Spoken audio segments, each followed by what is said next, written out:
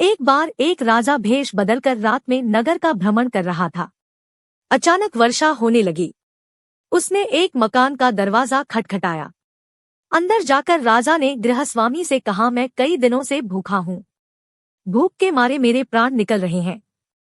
जो कुछ हो मुझे तुरंत खाने को दे दो। गृहस्वामी स्वयं अपनी पत्नी व बच्चों सहित 3 दिन से भूखा था। घर में अन्न का एक दाना तक न था। वह बड़े धर्म संकट में पड़ गया। उसे समझ नहीं आ रहा था कि वह अपने भूखे अतिथि को कहां से भोजन कराए। तभी उसके मन में एक विचार आया। वह घर से बाहर निकला और घर के सामने एक दुकान से 2 मुट्ठी चावल चुरा लाया। उस गृहस्वामी ने अपनी पत्नी से उन चावल को पकाकर उन्हें अतिथि को खिलाने के लिए कहा। अगले दिन दुकानदार ने राजा से पड़ोसी की शिकायत की और कहा कि उसने दुकान से चावल चुराए हैं। राजा ने तत्काल उस व्यक्ति को बुलवाया और चावलों की चोरी के बारे में पूछा। उस व्यक्ति ने अपना अपराध स्वीकार करते हुए बीती रात की पूरी घटना सुना दी। हाथ जोड़कर कहा, महाराज, मेरा स्वयं का परिवार 3 दिन से भूखा था।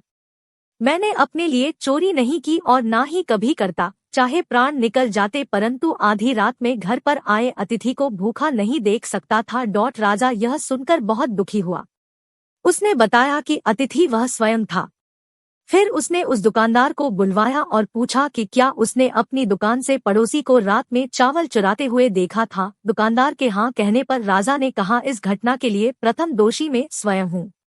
दूसरा दोषी दुकानदार है, जिसने रात में पड़ोसी को चावल चुराते देख लिया, परंतु 3 दिन तक पड़ोसी को परिवार सहित भूखा रहते नहीं देखा। इसने अपना पड़ोस धर्म नहीं निभाया। राजा ने उस दुकानदार को जाने के लिए कहा और उस गृहस्वामी अतिथि निष्ठा भाव से प्रसन्न होकर 1000 सोने की असरपियां उसे इनाम में दी।